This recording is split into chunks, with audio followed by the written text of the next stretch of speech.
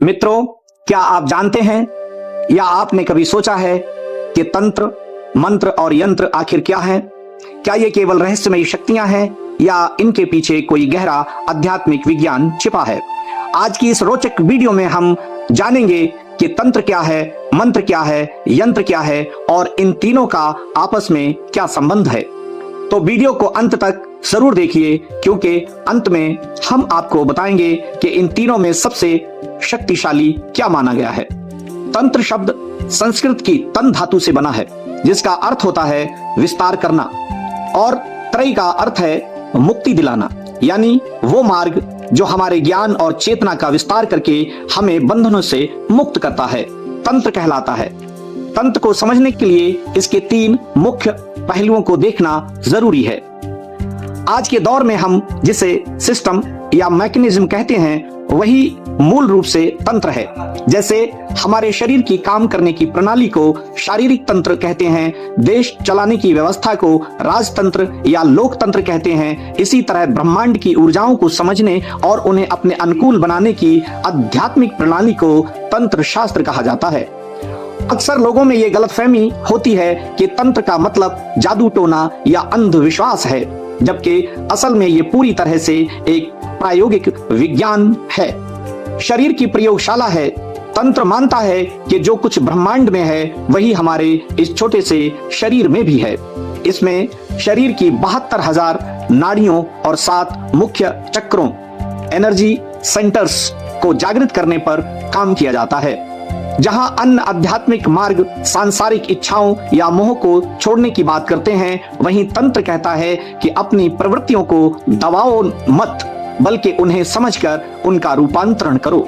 जैसे कुशल इंजीनियर ही किसी जटिल मशीनरी या हाई लेवल कोडिंग तंत्र को संभाल सकता है, वैसे ही तंत्र साधना के लिए भी एक सही मार्गदर्शक या गुरु की आवश्यकता होती है, ताकि ऊर्जा का सही और सकारात्मक उपयोग हो सके।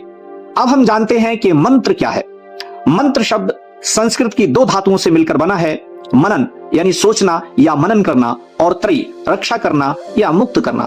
इसका सीधा अर्थ है वो ध्वनि या वो विचार या शब्दों का वो समूह जो मनन करने पर साधक की रक्षा करता है और उसे मानसिक बंधनों से मुक्त करता है।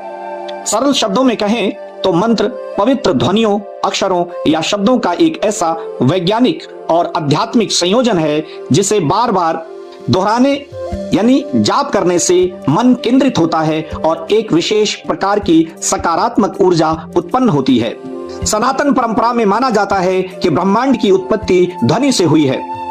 जब हम किसी मंत्र का उच्चारण करते हैं तो उससे विशेष कंपन पैदा होते हैं जो हमारे शरीर के चक्रों और मस्तिष्क की कोशिकाओं को सक्रिय करते हैं।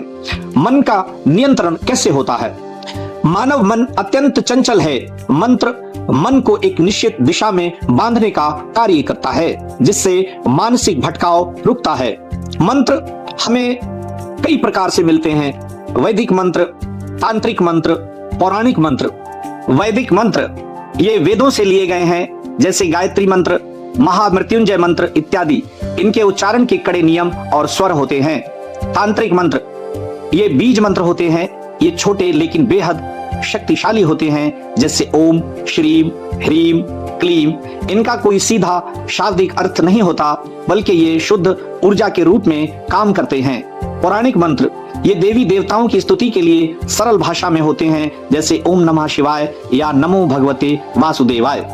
मंत्रों का जप विशेष प्रकार से किया जाता है, जैसे वाचिक जाप, मंत्र का स्पष्ट रूप से बोलकर उच्चारण करना जिसे दूसरे भी सुन सकें। दूसरा होता है उपांशु जाप। इसमें होंठ और जीभ हिलते हैं, लेकिन आवाज इतनी धीमी होती है कि केवल जाप करने वाले को ही सुनाई देती है। मानसिक जाप बिना होंठ या जीभ हिलाए पूरी तरह से मन के भीतर मंत्र का स्मरण करना, इसे सबसे शक्तिशाली माना जाता है। मंत्र केवल कुछ शब्दों का रट्टा नहीं है, बल्कि ये एक ऐसी ध्वनि चिकित्सा है जो आंतरिक शांति, एकाग्रता और आध्यात्मिक उन्नति का मार्ग प्रशस्त करती है। अब हम जानते हैं कि यंत्र क्या होता है। यंत्र शब्द संस्कृत की यम धातु से बना है, जिसका अर्थ होता है नियंत्रण करना, बांधना या सुव्यवस्थित करना। यानी वो उपकरण या आकृति जो किसी विशिष्ट ऊर्जा को नियंत्रित करके एक केंद्र पर स्थापित कर दे, यंत्र कहलाती है। यंत्र कोई साधारण चित्र नहीं होते, बल्कि ये पवित्र ज्यामिति, सैक्रेड ज्योमेट्री का सबसे सटीक उदाहरण है।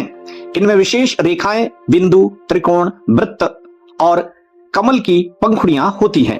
बिंदु ये यंत्र का केंद्र होता है, जो ब्रह्मांड की उत्पत्ति और परम चेतना का प्रतीक है। सारी ऊर्जा यहीं से फैलती है या यहीं आकर सिमटती है। त्रिकोण, नीचे की ओर मुख वाला त्रिकोण शक्ति या स्त्री ऊर्जा, प्रकृति को दर्शाता है, और ऊपर की ओर मुख वाला त्रिकोण शिव या पुरुष ऊर्जा, पुरुषत्व को दर्शाता है। भूपुर, यंत्र के चारों तरफ की चौकोर बाहरी सीमा को भूपुर कहते हैं। ये सांसारिक दिशाओं को बांधकर भीतर की ऊर्जा की रक्षा करता है। जब इन आकृतियों को तांबे, चांदी, सोने के पत्थर या भोजपत्र पर विशेष अनुपात में उकेरा जाता है, तो ये ब्रह्मांडीय ऊर्जा तरंगों को अपनी ओर खींचने वाले एक एंटीना की तरह काम करने लगता है। सनातन परंपरा में अलग अलग उद्देश्यों के लिए अलग अलग यंत्रों का विधान है। श्री यंत्र, इसे यंत्रों का राजा, यंत्रराज कहा जाता है। ये देवी महालक्ष्मी और ब्रह्मांड की सर्वोच्च ऊर्जा का प्रतीक है, जो समृद्धि और मानसिक शांति देता है। महामृत्युंजय यंत्र, ये स्वास्थ्य, लंबी आयु और नकारात्मक ऊर्जा से रक्षा के लिए उपयोग होता है। कुबेर यंत्र, ये मुख्य रूप से धन, समृद्धि और व्यापार में वृद्धि के लिए स्थापित किया जाता है।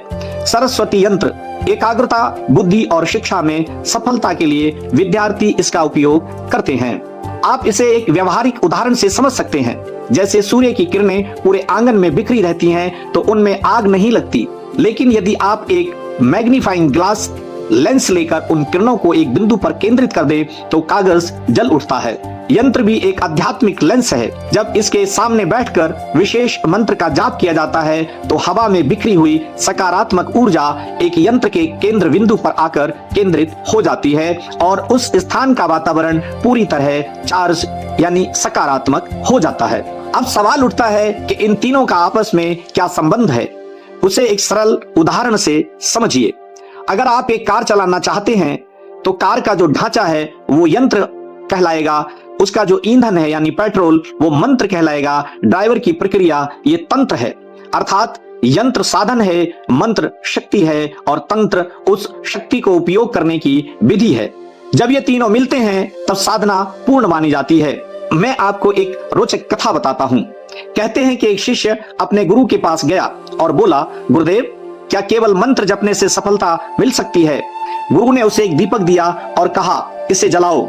शिष्य ने दीपक लिया, तेल डाला, लेकिन बाती नहीं रखी, दीपक नहीं जला।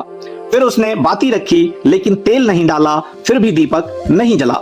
तब गुरु बोले, जैसे दीपक को जलाने के लिए दीपक, तेल और बाती तीनों आवश्यक हैं, वैसे ही साधना में तंत्र, मंत्र और यंत्र ये तीनों का महत्व है। तो दोस्तों, तंत्र कोई अंधविश्वास नहीं, बल्कि साधना की विधि है। मंत्र दिव्य ध्वनि यानी शक्ति है, और यंत्र ऊर्जा को केंद्रित करने का माध्यम है। जब सही गुरु के मार्गदर्शन में इनका उपयोग किया जाए, तो ये आध्यात्मिक उन्नति का मार्ग बन सकते हैं। तो मित्रों, अगर आपको ये जानकारी पसंद आई हो तो वीडियो को लाइक करें, चैनल को सब्सक्राइब करें और कमेंट में ओम लिखें, ताकि हमें पता चले कि आप सनातन ज्ञान से जुड़े हुए हैं। आप स्वस्थ रहें, मस्त रहें, व्यस्त रहें, पर अस्त व्यस्त ना रहें। धन्यवाद। जय श्री राम। हर हर महादेव।